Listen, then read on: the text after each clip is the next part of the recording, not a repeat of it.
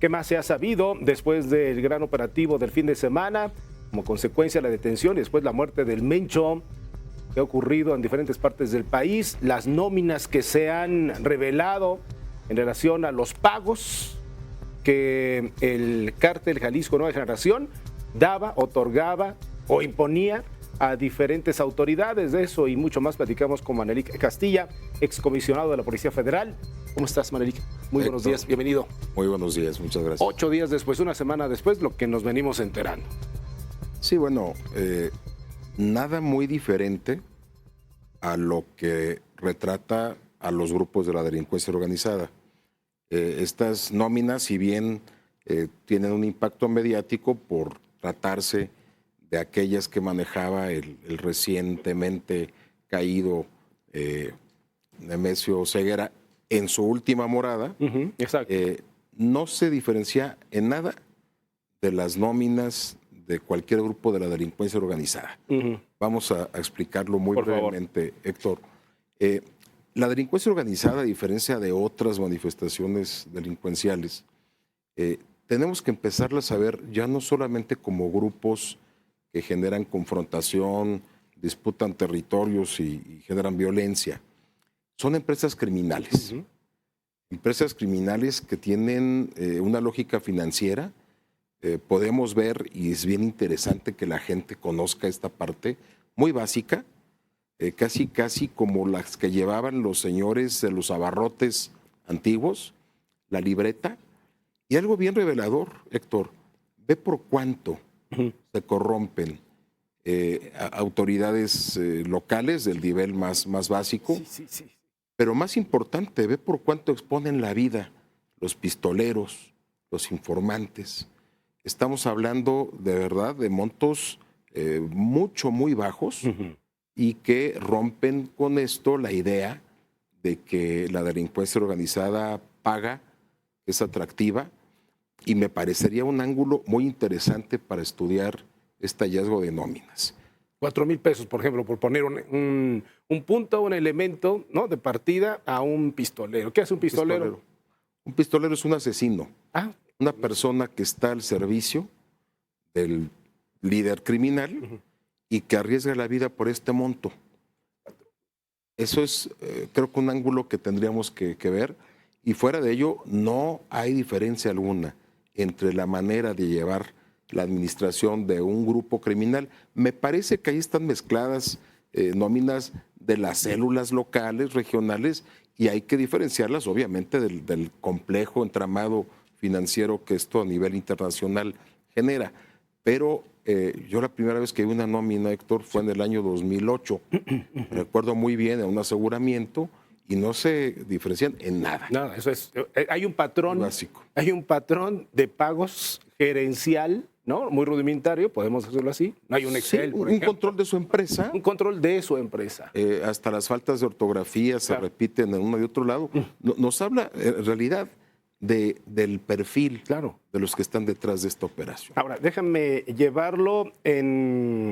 sacarlo del contexto local. Llamaba la atención que dentro de las nóminas también tuviera un apartado interesante de lo que pasa en otras partes del país, en otros estados donde ellos tenían o tienen injerencia. Ya lo veremos. El caso, por ejemplo, se señala en una de estas nóminas filtradas, el caso de la Guardia Nacional, Michoacán, con 650,000 pesos identificados como pago a elementos de esta corporación.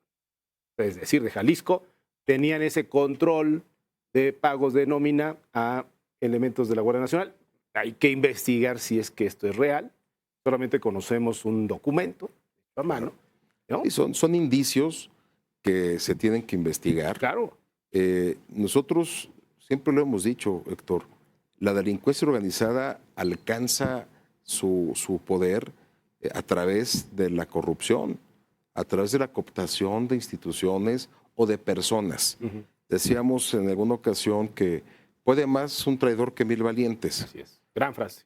Puede haber muchísimos, y los hay, extraordinarios guardias nacionales, militares, policías, y me atrevo a decirte, policías municipales que yo he conocido de primera, y basta con que un par, 3, estén contaminados por el cáncer de la corrupción para serle útil a quien no deberían. Ese es uno de los temas que más lacera, más daña a las instituciones. Pero esto es un comportamiento del crimen organizado desde su origen. De acuerdo. No podrían ser eso sin esas complicidades, sin alguien que les diga hacia dónde se están desplazando las fuerzas. Soplones, traidores. Cuándo se va a lanzar el operativo, cuánta gente está llegando a los lugares. Pero hay niveles, ¿no, Manelik? Desde el halcón, un joven halcón o mujer motociclista que les está dando información, hasta, como tú lo has mencionado, como lo sabemos, ¿no? Personas de alto nivel, un nivel jerárquico importante en diferentes instituciones. Y que son las menos, hay que decirlo. El día, Héctor, que sean más aquellas personas, este país ya hubiera hubiéramos desaparecido, no tendríamos estos debates que tenemos hoy. ¿Seríamos Colombia, Manelik? Tampoco Colombia llegó a ese nivel. Es muy interesante la pregunta, Héctor. En Colombia lo que sucedió es que hubo alguien que sí pensó que el narcotráfico en concreto, no solamente la diversificación del negocio criminal, el narcotráfico podía ser la maquinaria que mueva al Estado. Y este sujeto, Pablo Escobar Gaviria, incursionó en la política, incursionó en la empresa y en ese sueño delirante pensó que Colombia podía ser realmente un narcoestado. Estamos hablando de un hombre que rebasó la línea de la cordura y que sí pensó que era una vía para que su país se desarrolle. Aquí estamos en un debate muy diferente. Correcto. Yo no he escuchado a ninguno de estos delincuentes organizados, a Joaquín Guzmán, al propio, a la Tuta o al recientemente fallecido el Mencho, decir que quieren gobernar y tomar las riendas de este país. No es así. Que pudieran pagar campañas, que pudieran pagar policías, es otra cosa. Que pudieran tener alcances para sentarse en las mesas que les interesa para su negocio criminal, es otra cosa. Bien. De eso a querer tomar el destino del país a través de la delincuencia organizada, creo que estamos muy lejos de aquella Colombia, de esos años a los que te refieres. Nos quedamos con esa anécdota y con ese mensaje, Manelik. No queda más que mencionar y sí subrayarlo. Más allá de la anécdota de saber cuánto cobraban ciertos personajes, lo que sí esperaría una parte de la sociedad es, hay que investigar. Si se señala a la Guardia Nacional, hay que investigar a esos elementos que pudieron haber recibido dinero. Sin duda. Si hay elementos del Ejército también, de la Marina. Y sabes también, hay por ahí policías. Un video que me gusta mucho y lo he estado reproduciendo con algunos compañeros, del general secretario hablándole a su tropa y diciéndoles que hay de aquellos que se atrevan a faltarle al uniforme, que él sabía que puede haber gente tentada. Búsquenlo en fuentes abiertas. El general secretario reconociendo que es una posibilidad que elementos de las Fuerzas Armadas se puedan corromper. Eso abre una ventana muy importante porque hay conciencia de la posibilidad y hay acciones y se están sancionando. Y se han sancionado antes y se van a sancionar en la medida en que se denuncien y se investigue. Yo creo que eso también es un eje que no podemos dejar de observar y vamos a estar muy pendientes. ¿Nos compartes ese video? ¿Lo podemos publicar y compartir con nuestra audiencia? Está en fuentes abiertas. Yo se los voy a compartir. Por favor. Pero es el general secretario dirigiéndose en una visita a uno de los cuarteles, hablando con la escala más básica de las Fuerzas Armadas. Interesante. Eso me parece muy importante y habla muy bien del general secretario. Manelik Castilla, te seguimos en tus redes sociales, por cierto. Gracias. Muchas gracias. Manelik con nosotros.